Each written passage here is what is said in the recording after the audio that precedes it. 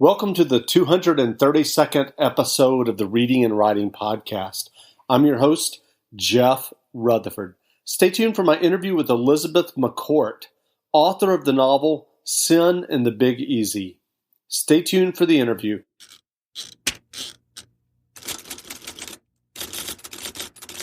Well, welcome back to the Reading and Writing Podcast. My guest today is Elizabeth McCourt, author of the new mystery novel Sin and the Big Easy.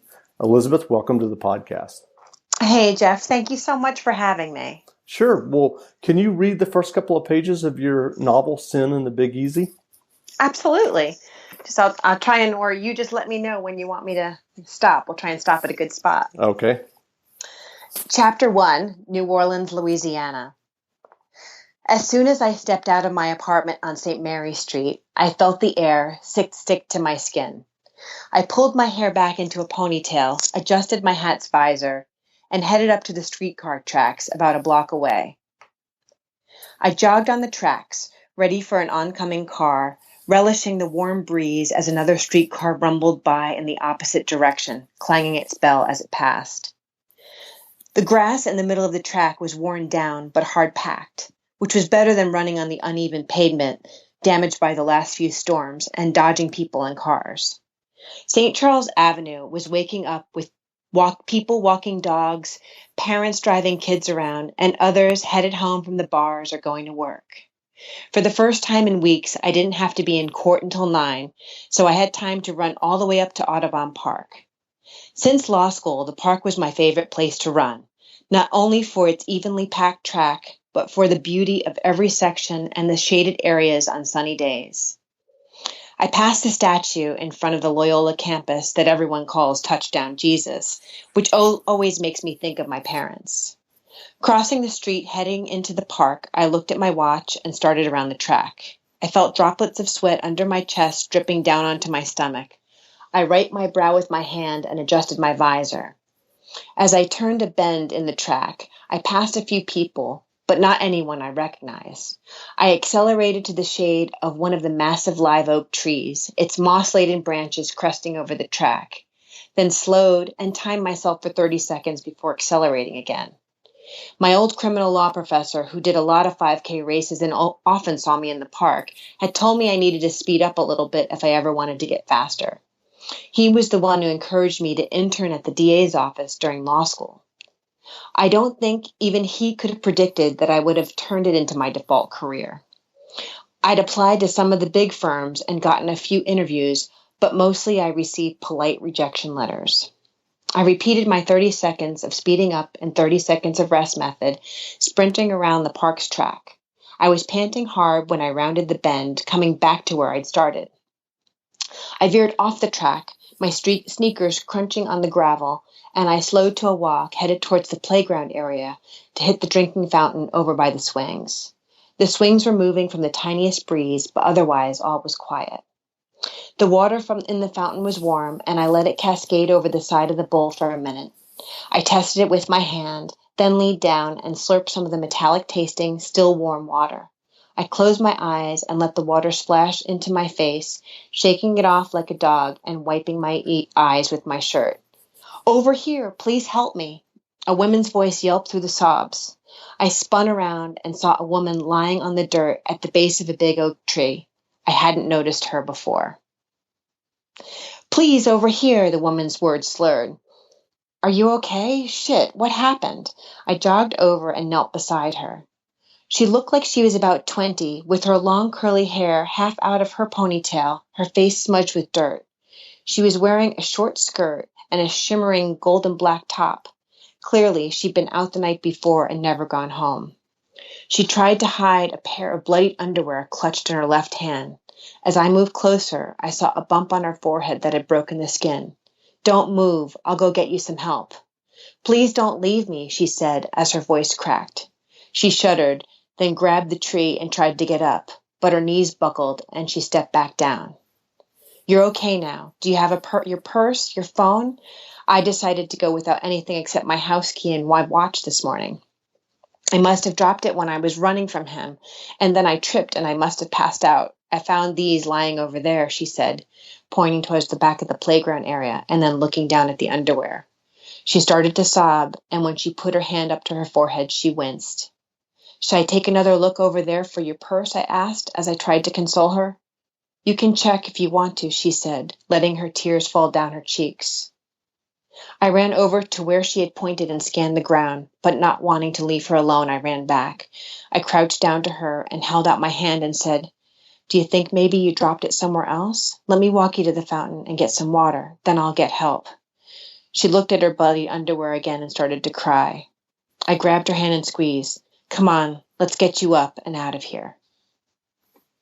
You want me to continue? Yeah, Or is that that's good? great. That's great. Well, Good. well, if someone listening hasn't heard about Sin and the Big Easy yet, how would you describe your novel?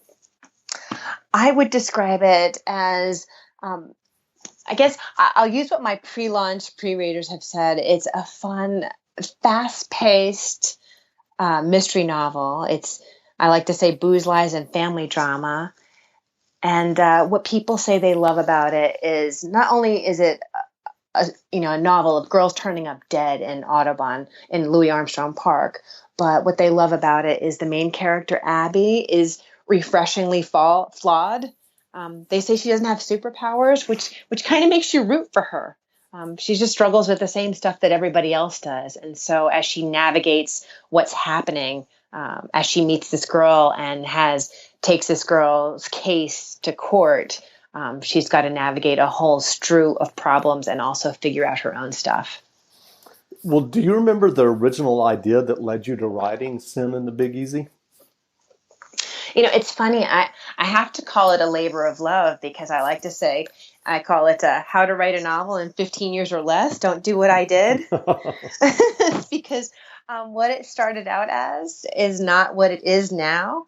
I think it took me a long while to find my voice. I had seeds of a story and seeds of what I thought it might be. And I had an epiphany when I came into this character, Abby, and just started having fun with her and seeing what she would do in the case. And then once I remembered to start having fun and just use this as a pure page turner inspired by one of my favorite novels, which is the Stieg Larsson thrillers. So it's that characters need to be nuanced, and I don't want people to figure out. I don't want someone to figure out what happened in the third chapter. That would annoy me. So I try to really respect my readers and write something that would be really fun and engaging for them. Great. Well, when someone writes a first-person novel, the question is inevitable. How much of your character, Abby Callahan, is a reflection of yourself? Oh, I know. Everyone always asks me. Someone actually said to me, I'm so sorry that happened to you. And I said, what are you talking about? And they were like, well, the story. And I said, the story's not true. It's fiction. And I will tell you, I like to say that in order to write true characters, every character, good and bad, has to have a piece of me. So I try and really feel what they're feeling. But Abby's story is not mine. I mean, do I like to run?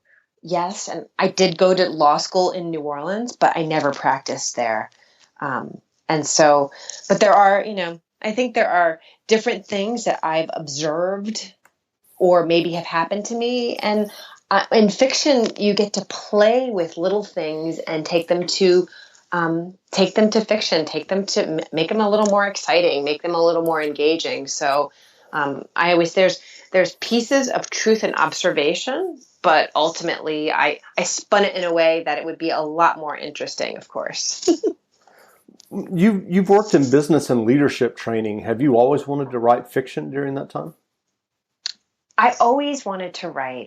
It's always been my dream to write a book. And it's funny, maybe a month ago, I found a notebook from third grade, and I've always been writing in chapters. In third grade, I wrote the book, 3 chapters, A Cat Named Katie.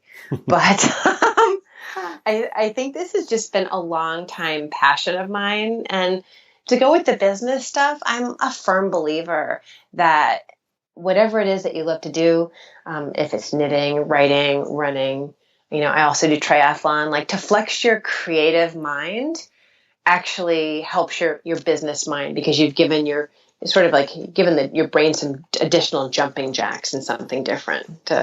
I always call it creative problem solving by doing something creative. Sure. So what was your writing process like for Sin and the Big Easy? Did you write an extensive outline or was it more organic? I'm always resistant. I think I want to write an outline, but maybe it feels like going to school and it's torturous to me. So I ended up writing. I'm a binge writer, so I can tell you that this obviously took a really long time, and I edited and edited and edited. But I always felt like each chapter needed to have a point, but continue to the next chapter, of course. So I wanted to make each chapter sort of like end with an exclamation point, making the reader want to turn the next page for the chapter. So that's sort of my process. So I did have a general idea what was going to happen, but I also let my main character surprise me. That's great. Well, what are you working on now?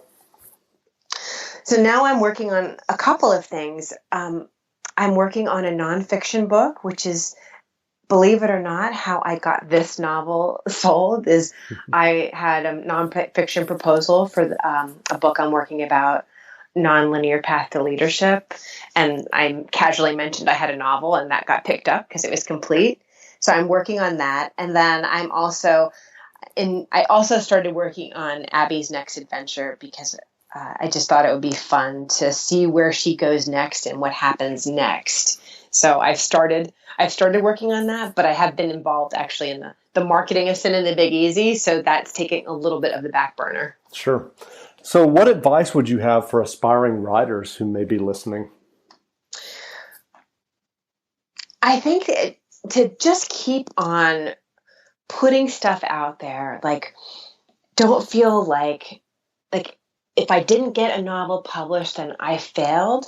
There are so many different avenues to publish your work. And the more you write and the more you publish, the more confidence you get and the better you get. So find an outlet to publish your work, even if it's your own blog, and just start small. It doesn't have to be a 3,000 word piece. It could be 300 words and play with that. That's great. Well, what books or authors have you read recently that you would recommend, that you enjoyed? One book I really love for the creative process is Liz Gilbert's Big Magic, Creative Living Beyond Fear. I've read that book twice so far, and I'm sort of considering reading it again. I think when you're trying to write and you're trying to be creative, you get that monster on your shoulder of telling you you're not good enough or it's not smart enough. And that book I found was really liberating. And so I do recommend to read that particular book. And then I've also read, I've been reading a lot of business books recently and sort of end up devouring business books. So I'm reading a book about emotional agility by Susan David, which it's interesting because it goes along with the work that I do, but I feel like that you have to give your characters real emotions. So I think sometimes nonfiction can be very helpful when you're writing, because it's just different. Read a different genre, and then utilize that in your writing. And then I don't know. I do read some poetry when I'm feeling stuck in my writing. I try and read a little bit of poetry, and that punchiness and that play with words with poetry does really help my work. So I don't have a book of poetry I read, but I just try and grab a poem and read that. Sure. So this was your first novel. What was the writing and editing process like for you? Did you find it a challenge writing fiction? Did you do a lot of editing? What was that? What did that look like for you? Well, I finished the original book in 2011 as part of my MFA. Right. And I have been editing that book ever since, and I've had editing it myself and having a variety of keen eyes on it. And then I would edit it, and then my publisher edited it, and then I edited it, and I gave it to somebody else, and they edited it, and then someone else edited it again. I don't know if the process is ever done. I think one of the tricks I do with editing, In order to write, I give myself permission to write crap and promise myself I can fix it later. And I actually edit with a different colored pen, either purple or sometimes if I'm feeling that I need to be really harsh on myself, I edit with a red pen and pretend to be the meanest teacher I know. And I edit that way. And I just find, silly enough, when I write, I print it out on hard copy and then I edit with that red pen like I'm a mean teacher. But it's really in my best interest to make something better. So I'm a firm believer in editing is almost never done, but sometimes it obviously has to be done. Great. Well, again, we've been speaking with Elizabeth McCourt, author of the new mystery novel, Sin and the Big Easy. So go grab a copy of the novel. It's out now. And Elizabeth, thanks for doing this interview. Oh, Jeff, thank you so much for having me. It's been a pleasure.